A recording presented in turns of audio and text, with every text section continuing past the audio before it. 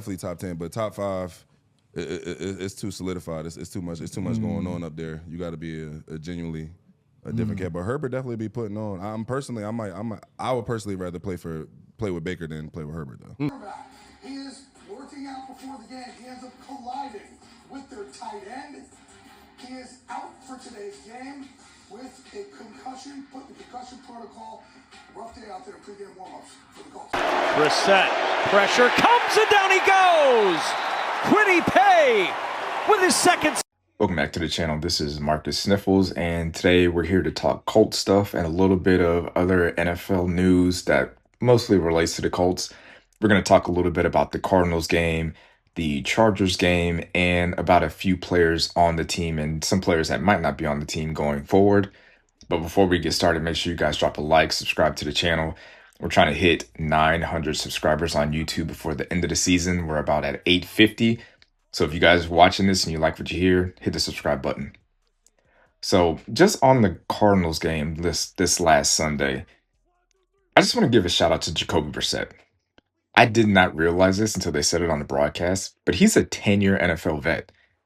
He spent 4 years in Indianapolis and kind of got a raw deal. Like at first he came in as a backup, and then it's like, okay, Andrew Luck's hurt, so you got to kind of, do what a backup does. And then Andrew Luck retires, and then he's kind of forced into the starting role. And, after that, I believe we went to Phillip Rivers at some point. He backed him up for one more year and then left. But just to see him go from a potential, career backup and out of the league, for him to have like a foothold in the NFL for a decade, it's very impressive. And shout out to him, man. I'm very happy for him. Like, I kind of wish there was a spot for him on the Colts as like our, career backup guy. But either way, it's nice to know that he's kind of made his name in the NFL as like a good backup, good to great. Like he had a great game on Sunday against the Colts. Like obviously I'm glad the Colts won, but I was happy that Jacoby went out there and put on a show. And there are Cardinals fans that watch that performance and they're like, okay, is Kyler Murray as good as, we think he is? Is he the best thing for this offense? The ball's getting spread around a little bit more. Jacoby's running the offense properly. So, I don't know what his contract situation is at the end of the season if he's got another year in Arizona, but I guarantee you that if he's a free agent, a team will call him because he is a reliable quarterback, and he's shown that you don't last 10 years in NFL without being reliable as a backup quarterback. Speaking more on the Arizona Cardinals, obviously I thought this was going to be a somewhat of a homecoming game for Marvin Harrison Jr. He obviously grew up in Indianapolis. His dad played here. And for him to kind of come back to the house that his dad helped build, I kind of expected him to kind of put on a show. And he obviously went out with a concussion pretty early and didn't really get to play. And I kind of was wondering, would you guys trade any of the wide receivers we have for Marvin Harrison Jr.? Like just straight up. Like, would you trade Michael Pittman Jr. right now for Marvin Harrison Jr. right now? Or would you trade a combination of like Alec Pierce and A.D. Mitchell or Josh Downs and Alec Pierce for Marvin Harrison Jr.? Now, he hasn't shown to be the best wide receiver in his class. That's clearly Malik Neighbors or even Rome Odunze. But I was just kind of curious about that. If anybody, because there was a big groundswelling for us to draft him when we thought we were going to be terrible that year when he was a rookie. And we obviously were too good to get him, but it would have been so awesome to see Marvin Harrison Jr. in Colts blue and white. So let's talk about some injuries. Like obviously we spoke about Jacoby Brissett kind of going crazy against us passing the ball, and that was mostly due to Ward, Moore, and Hilton being gone this past week. Now, I just want to say we've got to start giving these football players way more credit, and we have to realize how tough and how big these guys actually are. Like Javarius Ford is a big guy and he plays football, but Drew Ogletree is a monster. That dude is like almost 6'8", pushing 300, and he ran into Javarius Ford and knocked him out. And there are people that get on the internet and get on podcasts and YouTube and social media and call football players soft.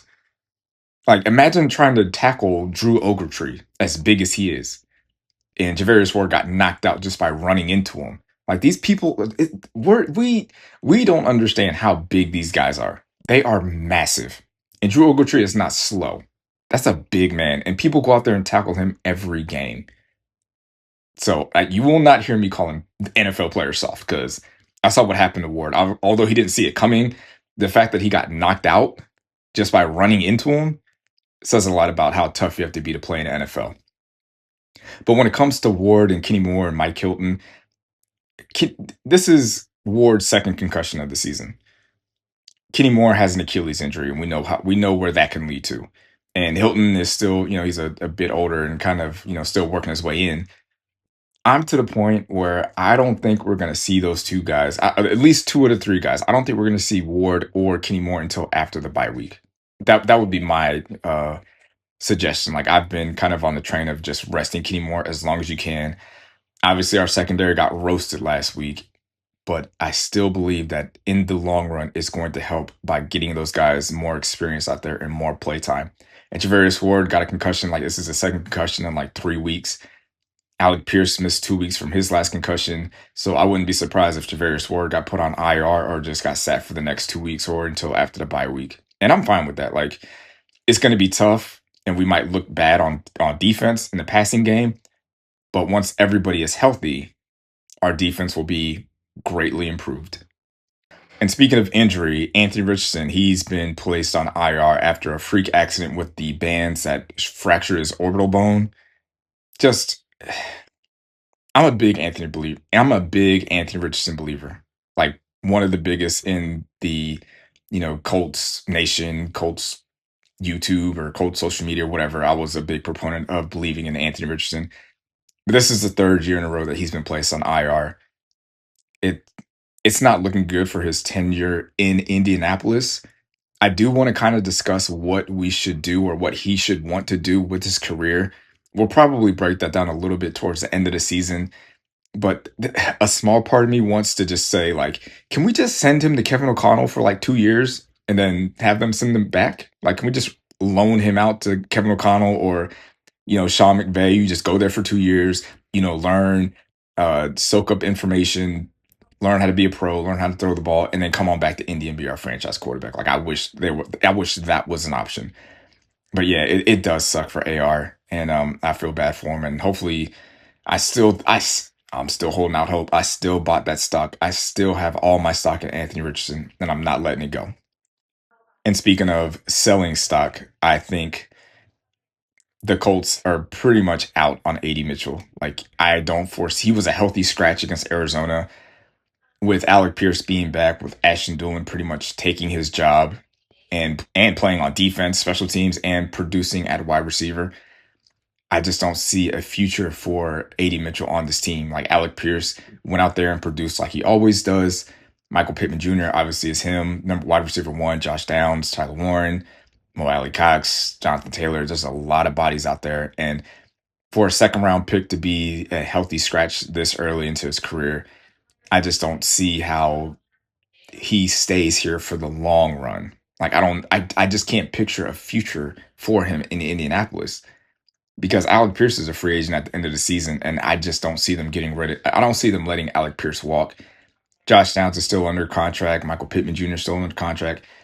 Ashton Dulin is under contract and is cheap. Like he's doing everything. He plays wide receiver and special teams, and now he's playing defense. And we're getting him at a way cheaper price than what we would get someone like Ashton Dulin, who was able to, play up to his potential. And now I still believe in the potential. I still believe in the skill set and the traits that he has. He just has to mentally get it back together. And I predict that we don't see him for the rest of the season unless there's an injury. Unless someone up ahead of him gets hurt, I just don't see him getting in the games.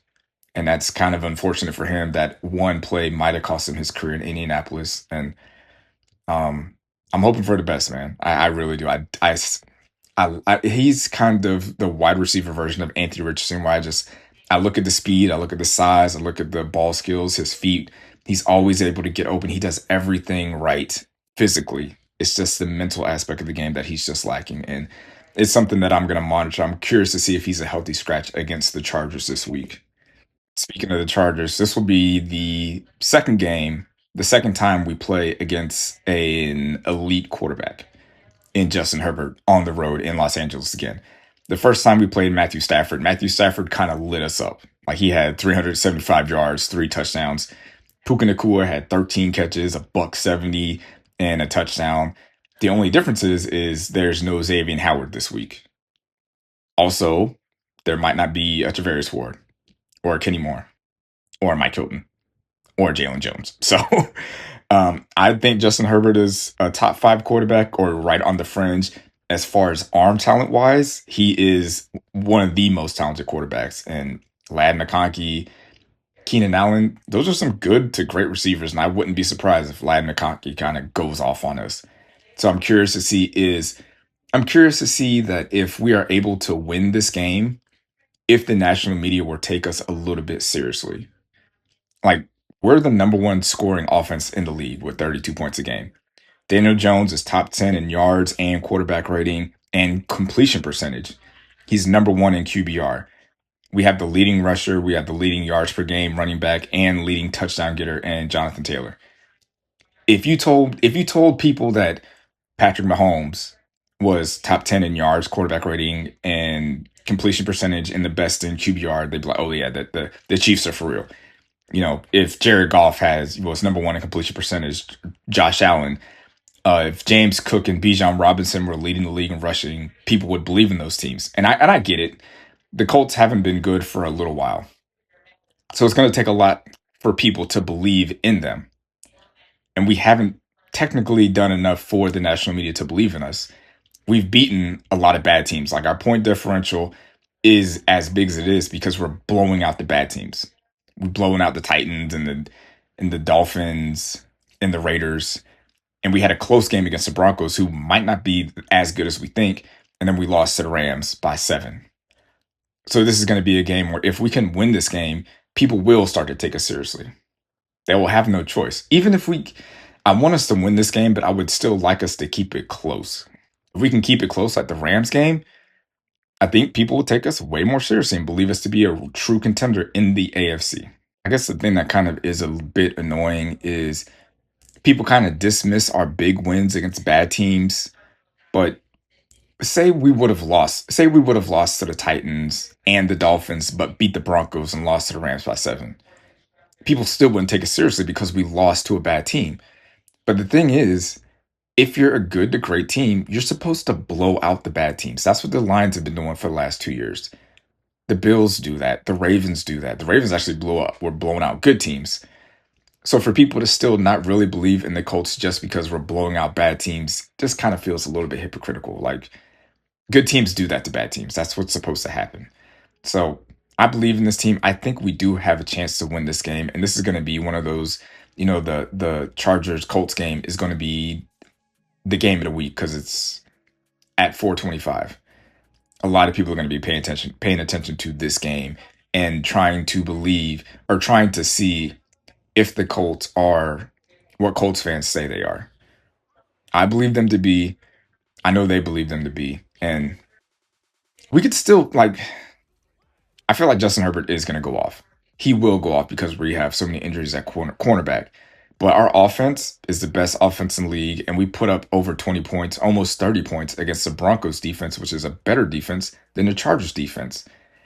So I feel like it's going to be a shootout, and I feel like whatever quarterback makes a mistake is going to be the quarterback that loses, which is pretty much the case in all games. But let me know what you guys think in the comments. How do you guys feel about A.D. Mitchell's future here, AR's future? Is our defense going to be good against another elite quarterback, or are we going to get lit up again? Make sure you guys like the video, drop a subscribe button. We're trying to get to 900 subscribers before the end of the football season. We're about 50 away. If 50 of you guys could just hit that subscribe button, we'll reach our goal, and I'd really appreciate that. So I'll see you guys on the next one every Monday at 7 in the morning. We're doing Colts recaps of the games, and I'll see you then. Go Colts. Thanks for watching, babe. Make sure to like this video and subscribe to the channel. You made it this far. If you have not liked the video at this point, what are you waiting for? Just like the video. Hit the like button right now. I'm talking to you. Make sure you like the video and subscribe and drop a comment. All that stuff. This is a threat. Not a threat, a warning. But it could be a threat. Just do it.